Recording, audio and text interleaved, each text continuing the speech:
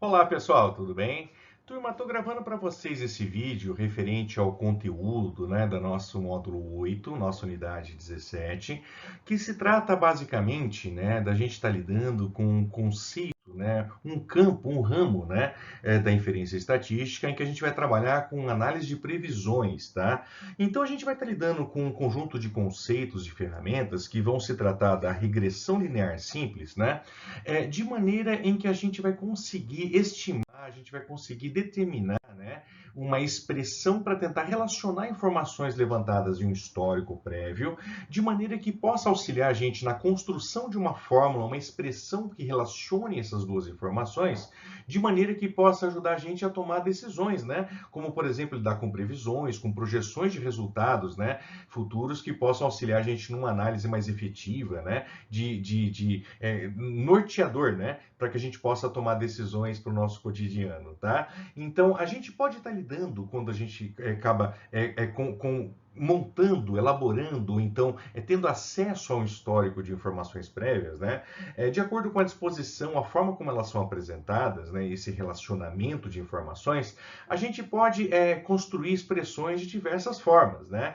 gente vai estar tratando basicamente da regressão linear simples, que vai se tratar do comportamento de uma reta, uma função linear, de maneira que ele vai atender uma série de necessidades do nosso cotidiano. Existem outros formatos, como regressão múltipla, regressão logística, exponencial e tudo mais. Mas aí, em outros momentos, a gente pode vir a tocar sobre isso, se houver necessidade. Mas grande parte das ocorrências, em que a gente acaba se deparando no cotidiano, segue muito bem, esse ajuste desse modelo e acabam auxiliando, num norteador para que a gente venha tomar decisões, tá bom? Tá? Então, na prática, o que a gente vai fazer? Vocês vão perceber que quando a gente está lidando, com relacionamento, com levantamento de informações, e a gente quiser fazer um ajuste de maneira que esse ajuste siga o comportamento, por exemplo, de uma reta, ou seja, uma função linear, vocês acabam percebendo, que na prática, uma reta, assim, grosso modo, você precisaria ter pelo menos duas informações para determinar o comportamento dela,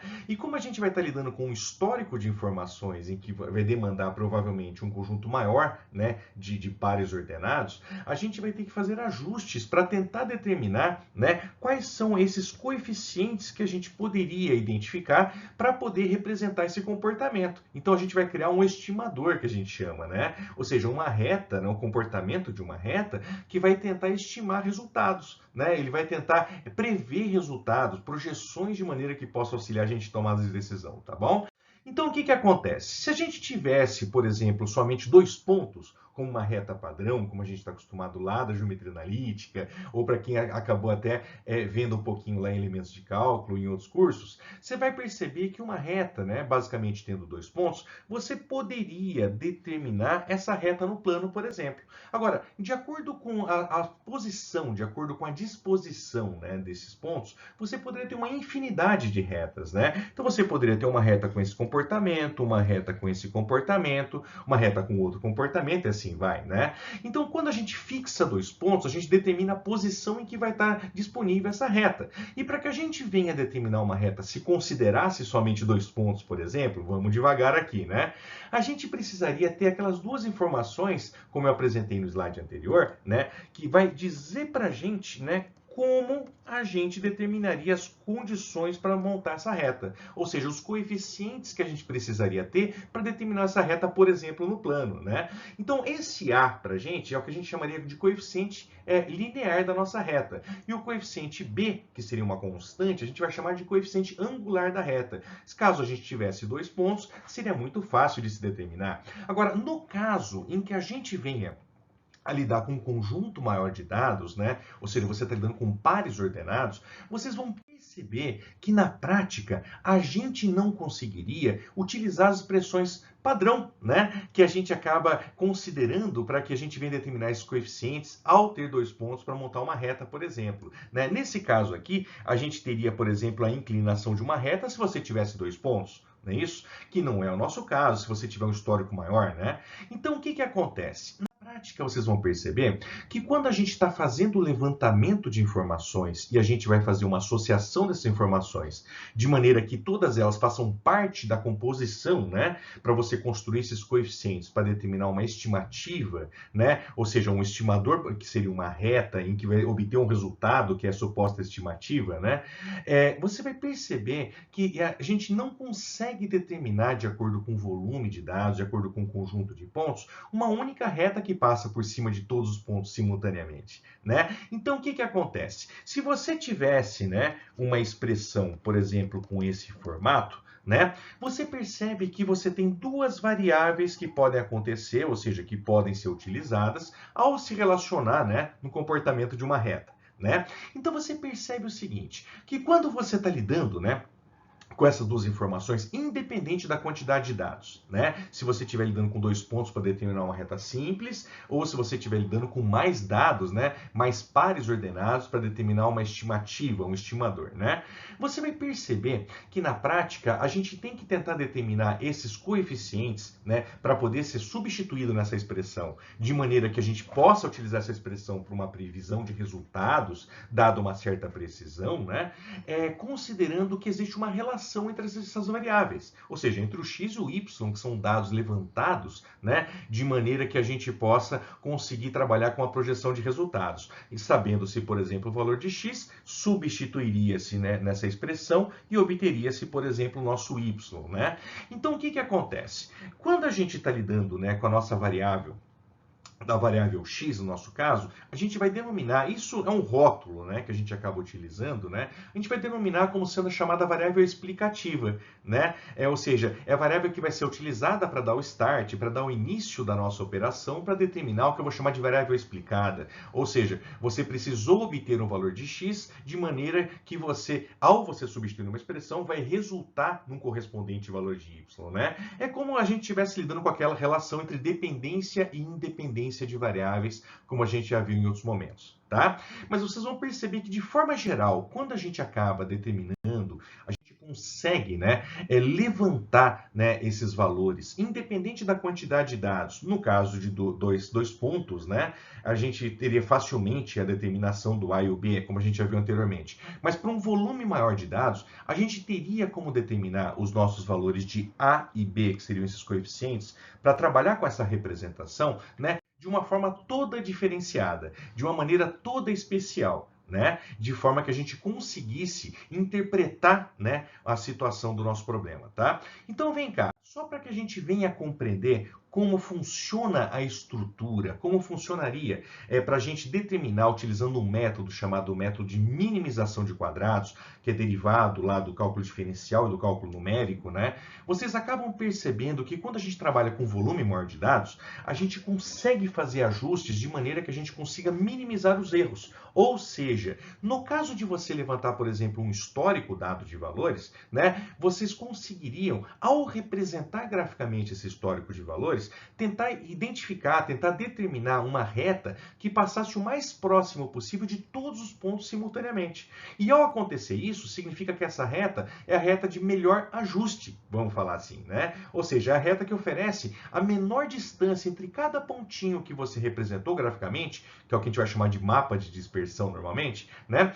De maneira que essa reta ela vai oferecer o menor erro na hora de você trabalhar com resultados ou previsões que você venha a utilizar. Então vocês vão perceber que dá para a gente conseguir utilizar alguns recursos, né, do cálculo numérico principalmente, que vão permitir com que a gente faça o ajuste desses coeficientes para que a gente determine essa suposta reta, né, de maneira que essa reta ela vai ser, ela vai ser a melhor representação possível, dadas as condições, né, disponíveis, né, para que você conseguisse prever com o menor erro possível os resultados que você deseja obter, por exemplo, uma projeção, uma previsão de valores, por exemplo, né? E essa relação ela é intrínseca, né? Vocês vão perceber que existe, inclusive, até uma dualidade, porque a gente consegue, ao levantar uma informação, descobrir a outra, e vice-versa. né? Então a gente pode estar lidando nos dois sentidos. Ao saber, por exemplo, o x, você teria condições de verificar um correspondente valor de y e vice-versa. Sabendo um y, encontrar um x.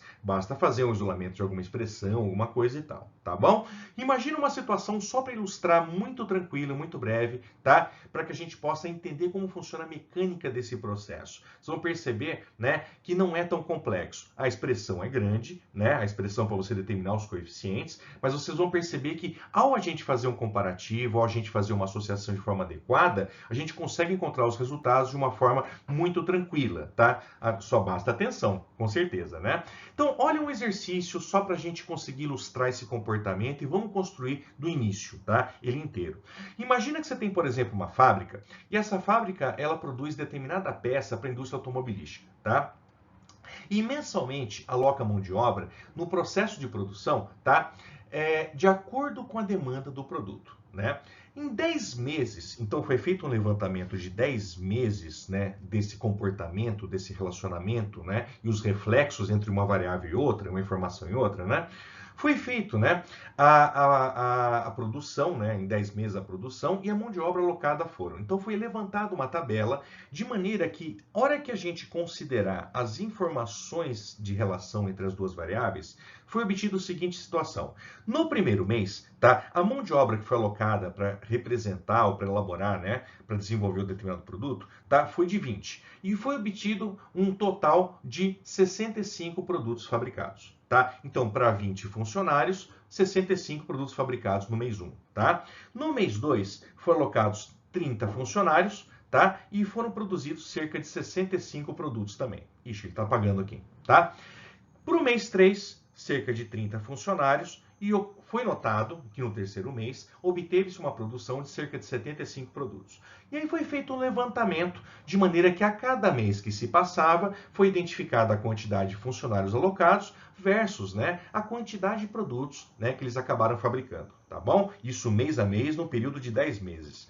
Na sequência, tá? Vocês percebem que se vocês pegassem, né, aqueles pares ordenados, ou seja, tá? Se a gente conseguisse determinar a relação que existe, né, entre os valores de x e os valores de y, a gente colocasse graficamente esses pontinhos daquele histórico, os 10 pontos, a gente encontraria esses pontinhos espalhados no nosso gráfico, no nosso eixo cartesiano, tá bom? Então, para cada valor de x correspondente, um y correspondente. Tá?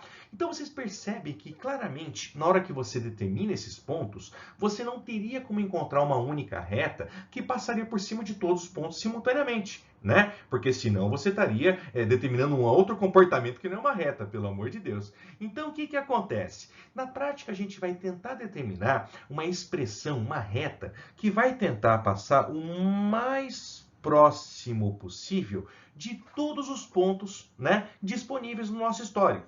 De maneira que a hora que a gente faz a determinação dos coeficientes que vão representar essa reta que a gente vai construir, que a gente vai determinar, a gente vai conseguir encontrar uma fórmula e essa fórmula ela vai estar associando aproximadamente, obviamente, porque os valores não caem exatamente em cima dessa reta que está construindo, né? De maneira que a gente consiga utilizar para análise de previsões. E é assim que funciona o comportamento no mercado, né? Então vocês vão perceber que apesar de ser um pouco extenso e ser um pouco denso, né, é extremamente simples quando a gente compreende passo a passo o que deve ser feito e como elaborar uma expressão de forma efetiva, tá? Então o que que acontece? Quando a gente está tentando determinar para um conjunto de pontos, né, uma reta, uma suposta reta, né, que ela atenda a necessidade desse comportamento de estimativas, né, a gente consegue, né, identificar esses nossos coeficientes, que seria o nosso coeficiente linear e angular dessa suposta reta, fazendo um ajuste. Esse ajuste é o que a gente chama lá na matemática, como eu falei anteriormente, de minimização de quadrados. Ou seja, vocês vão perceber que na prática a gente vai estar fazendo o cálculo, né, considerando todos os pontos envolvidos no nosso histórico, de maneira que ao substituir nessas duas expressões que estão sendo apresentadas aqui, né, a gente vai conseguir determinar esses coeficientes. Ao substituir esses coeficientes na nossa fórmula geral da reta, a gente consegue encontrar uma expressão que vai relacionar as informações x e y, por exemplo. No nosso caso, x seria a mão de obra, né, e o y seria a quantidade fabricada, produzida, por exemplo. Não é isso? Tá? Então, se a gente conseguir determinar quanto vale o A e o B, dadas as informações disponíveis, basta substituir a nossa expressão e a gente encontra uma fórmula geral que vai tentar trabalhar com essa análise de previsões. Tá? Então, como é que funciona? Na prática, a gente vai ter que encontrar quanto vale o nosso B e quanto vale o nosso A. Tá? Para que a gente venha determinar quanto vale o nosso B, que é o nosso coeficiente, né, da nossa questão, né? O nosso B para o nosso coeficiente, né, seria o nosso caso linear, né? Angular, perdão, você teria que fazer o quê? Você teria que, na realidade, identificar qual a quantidade de elementos que foram levantados, que na prática a gente vai chamar de N. A gente vai ter que determinar 3 informações que são relevantes para que a gente possa fazer a substituição de forma adequada nessa expressão, tá? A gente vai tentar fazer, então, o quê? A gente vai encontrar valores que se referem à soma do produto dessas duas variáveis, é o que eu vou chamar de coluna soma-produto, tá? Você vai pegar a soma de todos os valores que correspondem ao total de funcionários alocados, que eu vou chamar de soma de X, e a gente vai pegar o total de produtos fabricados, que a gente vai chamar do total de Y, a soma de X e a soma de Y, tá? Na hora que a gente pega e faz a substituição desses valores da expressão, né, a gente vai ter uma parte da expressão resolvida. A gente ainda precisa, para poder compor essa minimização de quadrados referentes ao nosso coeficiente B, a gente precisa determinar, né, quanto que valeria o quadrado da nossa informação referente a x. Ou seja, na hora que você pega e você faz, né, a soma dos quadrados dos totais de pessoas, né, de funcionários que estão alocados, né, para a fabricação desses produtos que a gente chamou de X, quando a gente pega e quadra esses resultados e soma esses resultados, a gente está fazendo um ajuste a essa expressão, de maneira que ao fazer um ajuste, a gente vai estar considerando o peso que vai ter para essa inclinação. Tá? Então, o que a gente faz? A gente vai pegar a soma de x quadrado embaixo e a gente vai pegar a soma do nosso x e o resultado que a gente obtiver para x, a gente eleva ao quadrado. É assim que funciona o coeficiente de minimização, tá bom? Então, o que a gente vai fazer?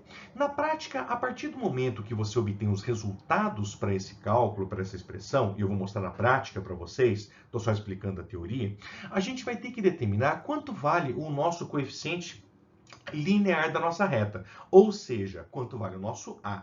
Para que a gente venha determinar o nosso A, o processo é mais simples, porque a parte mais pesada, que é de determinar o B, já ocorreu, né? Mas vocês vão perceber que bastaria você calcular a média, né, dos nossos produtos fabricados, que seria a média da soma dos nossos Y, tá? Aqui você poderia pegar a soma de y e dividir por n, por exemplo, né? Tá? E você pegaria a média da soma dos seus funcionários alocados, tá? Ou seja, você pegaria a soma dos funcionários alocados e poderia dividir por n, daria o mesmo processo, só que com um cuidado. Quando você está lidando com a soma dos funcionários alocados, que seria a nossa variável x no nosso caso, a gente tem que pegar o resultado que a gente obteve de b e a gente vai ter que substituir aqui, ó. Você percebe que o B aparece repetido. É assim que a expressão de minimização funciona, tá? Então, a gente vai ter que obter o resultado de B primeiro, para depois obter o resultado de A, tá bom? Tá? Então, vem cá. Como funciona a estrutura, o que deve ser feito e como a gente elabora, né,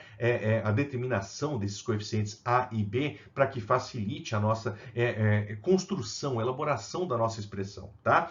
Na prática, quando a gente está montando, né, o cálculo da nossa regressão, nossa análise de regressão linear, é prudente, é importante, ou seria interessante para vocês, vai facilitar demais, que a gente construísse uma tabela. Nessa tabela, a gente vai apresentar os valores que correspondem às variáveis x e y que foram coletadas, ou seja, né, aqui os valores de x e y que foram coletados, tá? E a gente vai tentar determinar algumas informações excedentes, algumas informações que vão ser importantes, né, para amparar a gente no cálculo dessa expressão, tá? Então, o que a gente faz na prática? Na prática, a gente vai ter que determinar duas outras colunas que vão permitir, vão facilitar com que a gente identifique, né, o nosso valor de B, por exemplo, para depois substituir o nosso valor de A. Quais são essas informações? As informações que a gente poderia utilizar de maneira que facilitasse o processo é você determinar uma outra coluna, de maneira que essa coluna vai ser o resultado da sua variável x ao quadrado.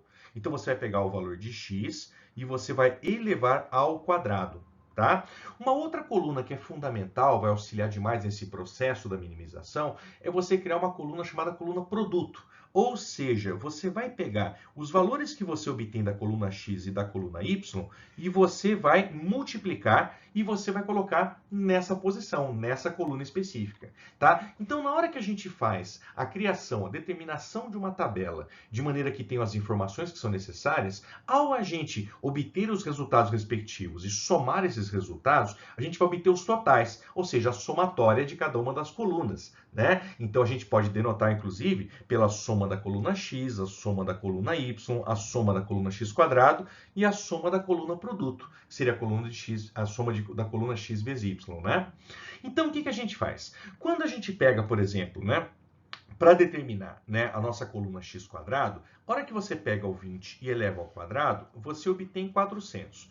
Quando você pega o 30 e eleva ao quadrado, você obtém aqui 900. E assim vai para todos os valores da nossa coluna x quadrado. O mesmo processo a gente vai fazer para a nossa coluna x vezes y. Vamos preencher essa tabela, tá bom? Então, se você pegar, então, por exemplo, o 20 e você multiplicar por 65, na hora que você faz esse produto, você obtém aqui o 1.300, por exemplo. Se você pega o seu 30 e você multiplica por 65, você vai obter aqui o seu resultado 1.950. E assim a gente vai fazer para todos os nossos valores levantados para essa coluna, tá? Na hora que você pega, tá, e você termina todo esse processo de preenchimento da tabela, é um pouco trabalhoso, né? Não dá para escapar, né? E depois o mais trabalhoso ainda é a gente fazer uma associação adequada de maneira que a gente substitua os valores de forma correta nas expressões, né? Como a gente viu na tela anterior. Mas vem cá, é muito tranquilo quando você tem atenção ao fazer o processo. Então não desvie a atenção, tá bom? Quando você pega e você termina de preencher toda essa tabela, basta agora você somar todas as colunas. Na hora que você soma as colunas, aqui você vai obter a soma da sua coluna X. Quando você pega e você está somando a sua coluna Y, aqui você vai obter a soma da sua coluna Y. Quando você está somando aqui a sua coluna x quadrado, você vai obter a soma da coluna, opa, escrevi errado, y ao quadrado. Opa, x quadrado, falei bobagem. Tá? E quando você está somando a coluna que eu chamei de produto, você vai obter aqui a soma da coluna x vezes y, por exemplo. Na hora que você pega e você substitui esses valores naquela expressão dada na tela anterior, né, que seria para você determinar o b e posteriormente determinar o a, a gente consegue verificar quais são, né, os valores de a e b de maneira que você possa substituir na nossa expressão. Então, se a gente pegasse, né, por exemplo, para o nosso coeficiente b, que seria o nosso primeiro coeficiente, na prática, no lugar do n, você chamaria de 10, porque você tem 10 entradas, tá? Aqui você colocaria, né, o total da sua coluna produto, aqui o total da sua coluna produto, menos, que é o menos da fórmula da minimização do Pearson, né? Tá? Aqui você colocaria, tá, no lugar do seu soma de x, você chamaria de 500, e aqui na soma da coluna y, você chamaria a posição de 1097. Agora, embaixo, o que você teria nessa expressão, tá? Na prática, aqui você teria o total de entradas, que seria 10, não é isso? Os mesmos 10 que você tem. Aqui você teria, né, a soma, né, da sua coluna x, tá, ao quadrado, ou seja, esse resultado, você substituiria esse resultado aqui, menos da minimização, e aqui você teria, né, a soma da sua coluna x elevada ao quadrado. Então não vai confundir a soma de x quadrado com a soma de x ao quadrado. Tá bom? São duas somatórias distintas, tá? Então aqui você vai pegar a soma de x, que a gente já utilizou aqui, e elevar ao quadrado, tá? Na hora que você pega, faz os produtos em cima, subtrai, e embaixo também, faz o produto, né? Eleva ao quadrado e subtrai. E você divide um resultado pelo outro, o numerador pelo denominador, você vai obter como resultado aproximadamente esse valor aqui, ou seja, cerca de 1,818. Tá? 818 aproximadamente, tá? Se você agora, a partir do momento que você obtém esse resultado, a gente poderia substituir na nossa expressão para o a, de maneira que a gente pudesse determinar os dois coeficientes necessários para montar a expressão, né? Então, o que a gente faz agora? A partir do momento, né, que a gente tem o nosso b, a gente pode substituir esse valor de b aqui, ó, na nossa expressão para determinar o a. ou seja, né, o correspondente de B, para a gente utilizar nessa nossa fórmula, tá? Então, o que a gente faz? Aqui nessa posição, a gente vai colocar a soma de y, ou seja, 1097, né, nessa posição. Aqui a gente já colocou o nosso B, né? Tá? E aqui você vai colocar a soma da sua coluna X. A soma da sua coluna X vale quanto? 500. Então, a partir do momento que você faz a substituição desses valores, você basta agora dividir pelo total de elementos que você tem, que no nosso caso é 10. Por isso que eu falei para vocês que seria uma média, né? Então você tem uma média em y menos, né, um coeficiente, que é o b, vezes a média em x. Né? Então a gente pode escrever de diversas formas. Tem autores que utilizam de forma separada, tem autores que utilizam de forma condensada, né? Ou seja, um único denominador. Né? Mas não importa, o processo é equivalente. Tá? Então, na hora que a gente faz essa subtração, faz o produto e a subtração em cima, e divide o resultado por 10, a gente obtém esse total. Esse total de 18,818, né, 818 aqui, ele vai dizer para a gente que você obteve o nosso A para que a gente possa substituir na expressão. Como a gente já determinou o B anteriormente, bastaria, ao considerar a nossa expressão aqui, ó, que é a nossa expressão linear, no lugar do A a gente substitui pelo valor correspondente e no valor do B, no lugar do B a gente substitui pelo valor correspondente agora. Então o que a gente faz? Aqui no lugar do nosso A, a gente pode chamar do 18,818, né? E no lugar do nosso B, 1,818. Então, a partir do momento que a gente conseguiu representar, conseguiu descrever, né, tá, esses nossos coeficientes e substituir na nossa fórmula, a gente conseguiu determinar uma expressão de maneira que essa expressão para a gente, tá, ela vai tentar descrever com um certo grau de precisão, né, qual que é a relação entre as informações de x e y e vai permitir, vai possibilitar para a gente com que a gente consiga fazer estimativas. Ou seja, né, se você considerar essa expressão dada em que você conseguiu relacionar a sua variável x com a sua variável y, se a gente tentar, né, considerar em um certo momento, um dado período, né, por exemplo, um dado mês, no nosso exemplo, né, considerar uma quantidade de mão de obra utilizada, alocada para fabricar uma certa quantidade de produtos, se você pegar e substituir essa quantidade aqui, que seria o x, né, pelo valor de x, você vai obter uma quantidade produzida correspondente. Ou seja, você tem condições de prever resultados. Então, se você tivesse, por exemplo, num certo momento, né, uma quantidade de mão de obra alocada de 35 funcionários, vamos supor, você teria, ao substituir o seu x por 35, um valor de y correspondente, né, que daria uma quantidade produzida. Eu teria que fazer o cálculo aqui para a gente conferir, né? Mas vocês percebem que, ao saber uma informação, você tem condições de determinar uma outra, dada uma expressão que você acabou determinando. Você acabou conseguindo construir. Então, olha como, apesar de ser um pouco trabalhoso, demandar um pouco de atenção, não é tão complexo, pelo menos o uso, né? A utilização padrão. E é bom notar que nesses casos em que a gente está fazendo a construção de uma expressão, estão sendo desconsiderados o que a gente chama de erro padrão, tá? Que seria o quê? O erro embutido, né? De acordo com a distância de cada ponto até essa reta que você acabou elaborando, acabou construindo, né? Mas isso aí ficaria para um outro bate-papo para a gente, tá? E na prática a gente funciona, a gente consegue conduzir uma expressão de maneira que ela atenda às nossas necessidades, tá? Com um certo nível de erro, tá? Mas é o suficiente para a gente tomar uma decisão, é o suficiente para que a gente possa, né, conduzir um certo cenário para que a gente possa, né, tomar ali uma certa medida que atenda a nossa necessidade de acordo com o trabalho, a atividade que você está exercendo. Tá bom? Então pode auxiliar, inclusive, no beneficiamento para você prever resultados, projetar, para você orçar resultados. Tá bom? Então vem cá, tá?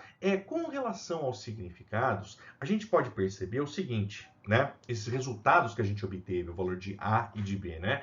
Na prática, né? O nosso A, tá? Ele muitas vezes ele acaba não sendo tão intuitivo, né? Porque a gente acaba cruzando, né? O A seria o intercepto, seria o nosso coeficiente linear, né, da nossa reta. Ele acaba cruzando o nosso eixo y de acordo com a nossa representação gráfica. Então, o nosso A estaria aqui, por exemplo, né? Então, vocês percebem que nem sempre é fácil a tradução, né? Então, provavelmente, né, nesse nosso cenário, nesse nosso contexto, né, se a gente determinasse, se a gente considerasse o nosso A como sendo zero, tá? Isso significaria para a gente, tá, que a gente estaria lidando, né, com uma outra reta, de maneira que ela estaria aqui, ó. Ela estaria passando aqui no nosso eixo de origem. Ou seja, quando eu não tenho nenhum, por exemplo, nenhum funcionário, né, qual seria o reflexo, qual seria o impacto, né, com relação à minha produção, com relação às minhas vendas, né, a minha fabricação de produtos para vender posteriormente, alguma coisa do tipo, né? Então vocês acabam percebendo que quando a gente acaba tendo, né, uma determinação ali de A igual a zero, por exemplo, intercepto nulo, significa que provavelmente, né, uma percepção e uma interpretação vaga, mas provavelmente você tem ali uma produção inercial. Né? Então, você não tem nenhum funcionário alocado agora, mas ainda estava em fabricação uma quantidade de produtos ali para ser entregue, para ser revendido, alguma coisa do tipo. Tá? Agora, pode acontecer o inverso. Né? A gente poderia também estar trabalhando, né, com a nossa variável b, por exemplo, sendo nula. Se a nossa variável b for nula, ou seja, o nosso coeficiente linear, o nosso coeficiente angular, perdão, ele for nulo, significa que você está determinando uma reta de maneira que essa reta ela é paralela, por exemplo, ao nosso eixo x. Ou seja, na prática existe uma constância na fabricação. Isso é impraticável, né, gente? Isso é praticamente impossível, né? Ou a máquina está desligada, não é possível, né? Tá? Porque o que acontece? Você sempre tem uma flutuação, uma variação, né? Então, na sua fabricação. Então, na realidade, seria impraticável. Mesmo porque se você encontrasse um B valendo zero, né, num exemplo em particular, uma situação particular, você acaba percebendo, né, que na realidade você não acaba determinando uma reta, você acaba encontrando uma reta que chama de constante e ela é paralela ao nosso eixo x. Então, seria impraticável. No nosso cotidiano, a gente acaba encontrando valores de A e de B que são, né, naturalmente diferentes de zero, tá bom? Tá, isso vai auxiliar na nossa estimativa, vai auxiliar na nossa construção, tá bom? Da nossa expressão geral.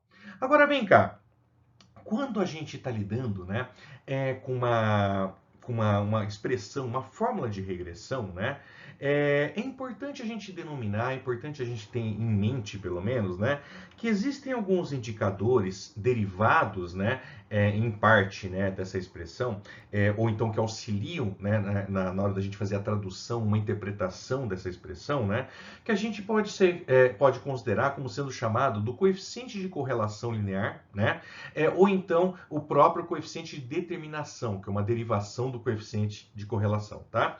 Você vai perceber o seguinte, esses dois indicadores, e principalmente o que é mais utilizado no mercado, é o chamado coeficiente de determinação, tá? Que é o chamado R quadrado, tá? São dois coeficientes, o R e o R quadrado, o R é o coeficiente de correlação e o R quadrado, né?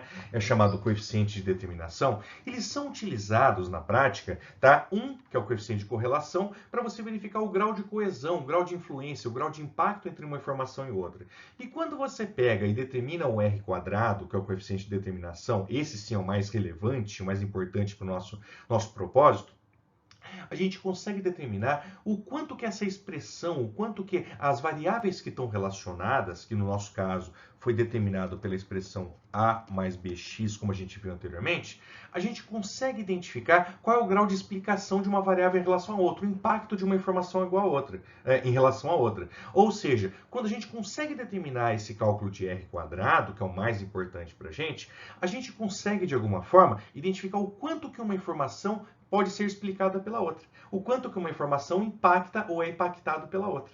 Né? Então, isso acaba sendo relevante para a gente mostrar o poder de aplicação e o poder de implicação, né, da nossa expressão. Essa expressão ela tem uma certa segurança, uma certa confiança no sentido de eu poder utilizar ela para poder prever resultados, né? Quanto maior o valor desse R quadrado, significa o quê? Que a gente vai obter, né, uma precisão maior, ou seja, a explicação, ou seja, os resultados que são obtidos ao utilizar uma expressão, né, de regressão, né, pode ser melhor trabalhado, pode ser utilizado com maior segurança ou maior confiabilidade se o R for maior, né? Então, se o R for menor, e normalmente o R ele é definido, né, como uma variável quadrada, é definido entre 0 e 1 o resultado, ou entre 0 e 100%, se você multiplicar por 100%, vou explicar na sequência, né? Mas você vai perceber que basta você obter esse resultado para verificar qual é o grau de precisão que a sua expressão tem. Ou seja, qual que é o grau de explicação, né? O quanto que vai refletir na realidade os impactos ao você trabalhar com X e os reflexos em Y, por exemplo. né? Então, a veracidade, a precisão dos resultados, tá bom? Agora vem cá, só para poder explicar um pouquinho, né? Eu nem vou abordar sobre o coeficiente de correlação, né?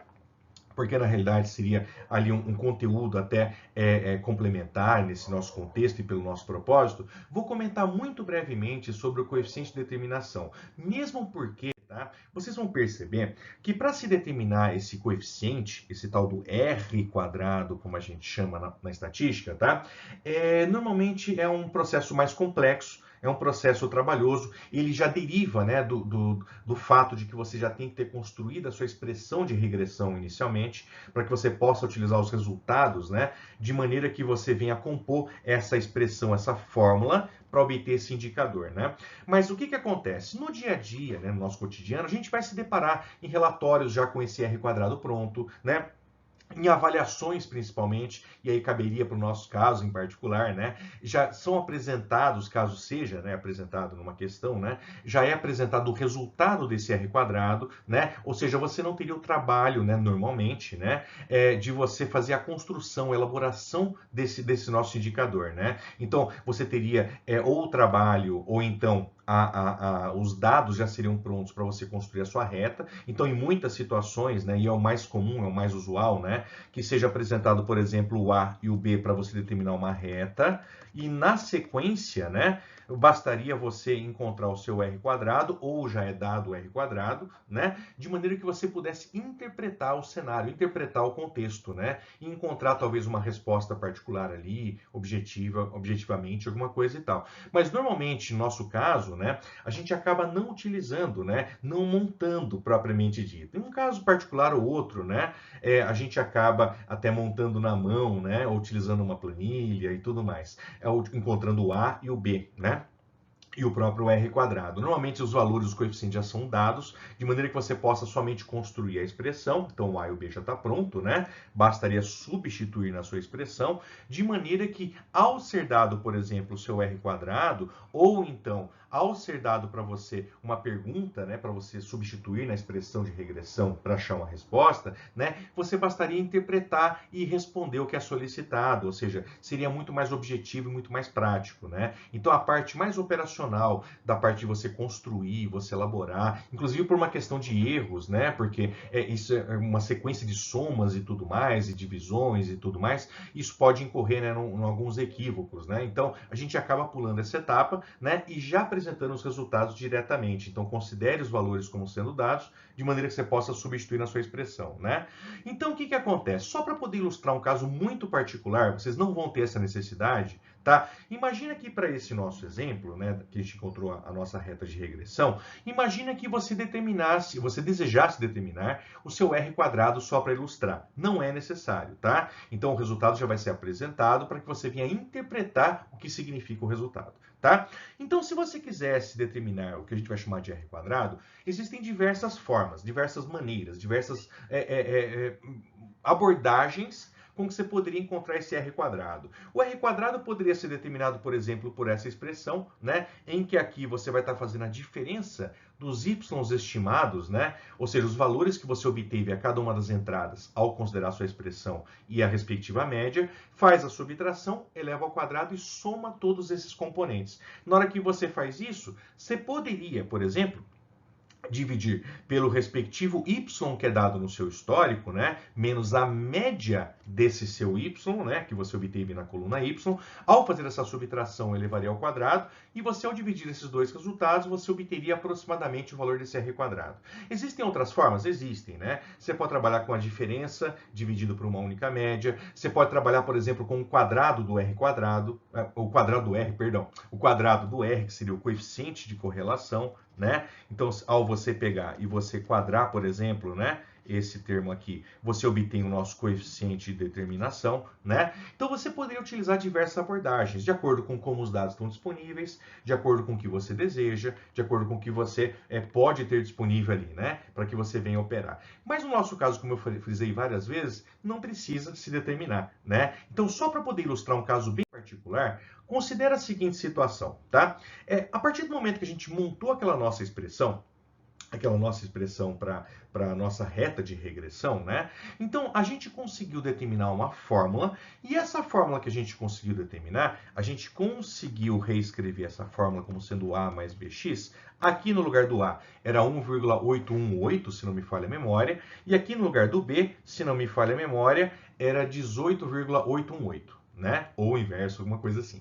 Então, o que acontece? A partir do momento que a gente colocasse esses valores nessa expressão, a gente gostaria de verificar qual é o grau de explicação dessa expressão. O quanto ela é fiel, o quanto ela é convincente, o quanto ela impacta, né, uma variável na outra, o quanto pode ser explicado propriamente dito. Né? Então, como a gente faria para determinar isso? Ao estender aquela nossa tabela inicial que a gente utilizou para construir a nossa fórmula de regressão, aqui, ó, tá? A gente vai ter que construir mais algumas colunas que vão permitir a gente obter esse indicador, tá? Ou seja, a gente vai utilizar as somas desses resultados para poder permitir a gente obter esse indicador. Então, na prática, o que a gente faria? A gente colocaria, né, aqui na nossa coluna, aqui eu esqueci de colocar, tem mais uma coluna aqui, tá? Aqui o coluna do Y estimado. A gente teria que colocar, tá? Aqui nessa primeira coluna, os valores que você acabou estimando, tá? Ao você obter o seu Y estimado. Ou seja, o que significa isso? Se eu pegasse, por exemplo, o valor de 20, que seria o x. Ao substituir o 20 aqui, eu obteria um resultado que seria o correspondente y estimado, ou seja, aproximado, tá? Então a gente vai encontrar qual o y aproximado quando você considera o x igual a um valor dado, né? Então, se você pegar e encontrar esse y estimado, você vai obter todos esses valores. Na hora que você pega, né, esse y estimado e você subtrai da respectiva média do seu y, ou seja, a média dessa sua coluna y, então você pegaria, no nosso caso, 1097 e dividiria por 10, calcularia a média, né, desse seu y. Na prática, você vai perceber o seguinte, que ao fazer essa subtração, você vai encontrar a diferença, a distância, o quanto destoou o que eu estimei em relação à média dos valores levantados em y. Né?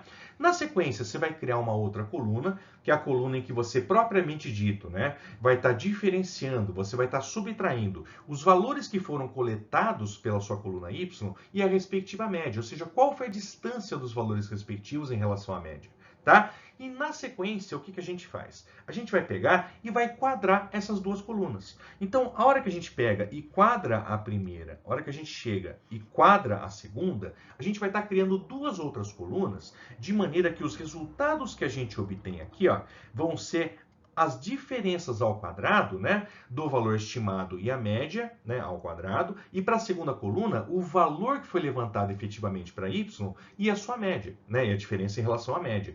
Na hora que você faz isso, você vai obter dois outros resultados na hora que você somar todas essas colunas. Então aqui a gente vai obter, na prática, né, a soma da coluna y estimado menos a média e a soma da nossa coluna y menos a média, tá, ao quadrado, ambos ao quadrado. Tá bom? Então você vai perceber que na hora que você faz esse processo, você vai encontrar dois resultados finais. Na hora que você divide um pelo outro, você vai obter propriamente dito, né, qual é o resultado desse coeficiente r quadrado. Tá? Que seria o chamado coeficiente de determinação. Nesse nosso caso, na hora que a gente dividiu, né, o total daquela primeira coluna pelo total da segunda coluna, pelo denominador aqui, a gente obteve um índice. Esse índice que a gente obteve, tá, que é esse resultado aqui, ele vai dizer para a gente o seguinte, ele vai estar dizendo que o grau de explicação, né, dessa reta estimada, ele foi extremamente alto no nosso caso. O coeficiente de determinação é um valor, é um índice, né, um indicador, que ele vai estar variando para a gente entre 0 e 1. Tá? É quase impossível acontecer o 0, é quase impossível acontecer o 1. Mas a gente acaba colocando só para constar, né? Então, o que significa? Ou 0 e 100%, se multiplicar por 100. Significa o quê? Que quanto mais perto do 1 ou mais perto de 100% o resultado for, tá? Significa que essa expressão é altamente explicada, ela é muito fortemente explicada, ela é muito confiável. Ou seja, ao você trabalhar com uma informação que seria, por exemplo, o x, o reflexo, o impacto que você vai ter em y vai ser extremamente alto. É isso que eu estou dizendo. Ao contrário, conforme vão abaixando os valores de R quadrado, significa o quê? Significa que a sua explicação vai reduzindo, vai diminuindo. Se o seu grau de explicação, não é o nosso caso, se o seu grau de explicação nesse exemplo, por exemplo, estou só ilustrando, fosse de, sei lá, 60%, estou inventando aqui, gente, o nosso caso é 0,93, tá? Significa o quê? Que é uma expressão que ela não estaria representando com tanta fidelidade. Ou seja, a explicação, a variável explicativa, tá? Ela não tem um reflexo tão forte ao trabalhar com a variável explicada. Então, o que significa? Significa que tem outros fatores afetando o nosso princípio, o nosso processo, tá? Provavelmente fatores externos, ou então o levantamento ele não foi tão preciso, tá? Tem outros fatores que estão impactando, tá?